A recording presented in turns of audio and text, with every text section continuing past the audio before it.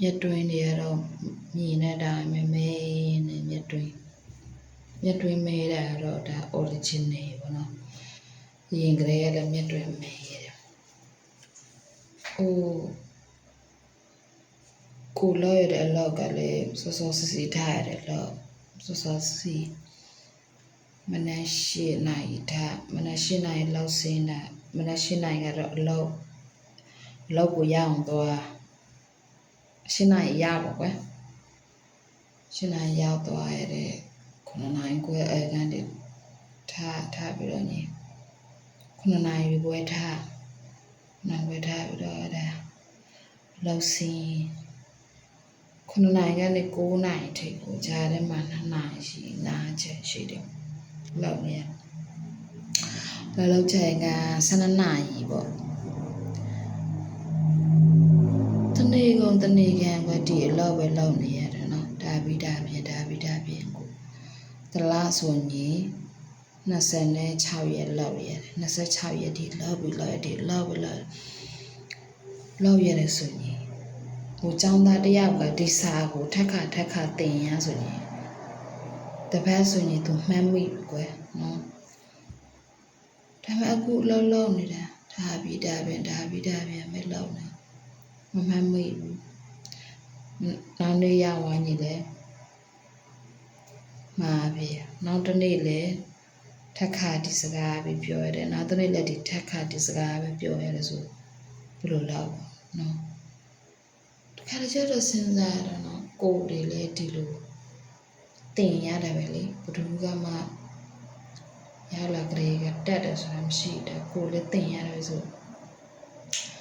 ကိုယ်ဆိုညမှတ်ထားတယ်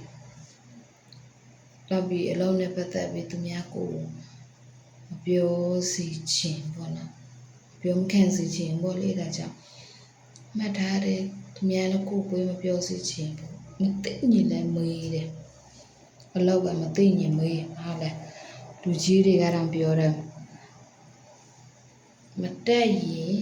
တင်မသိရင်မေးမစင်ရင်စေးဟောပြောရတယ်ပဲဆိုကိုမတက်ဘူးကိုမသိဘူးဆိုရင်ကိုထဲအရင်လာတဲ့လူကိုဆိုမေးလို့ရတယ်ကွယ်မေးလို့ရတယ်ဒါတွေဘယ်လိုလောက်ရမလဲဘာညာမေးလည်းမမေးကိုထင်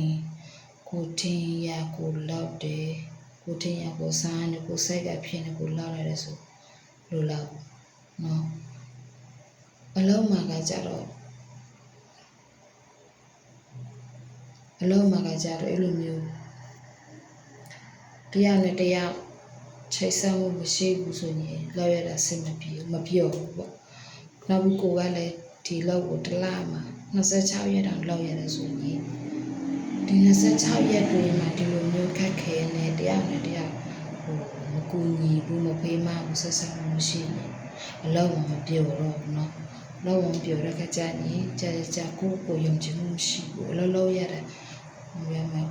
ငါမလုံးနိုင်တင်တယ်နော်အဲ့ဒီအလောက်တွေကိုယုံကြည်မှုမရှိတဲ့အတွက်အလုံးမပြောတော့ဘူးအခုစဉ်းစားတဲ့ခုခေတ်လူတွေကအခုအချင်းနေလူကောင်းလူတွေကလည်းဘယ်လိုခံယူချက်နဲ့နေကြလဲတော့သိဘူးနော်ရင်လေးတယ်လို့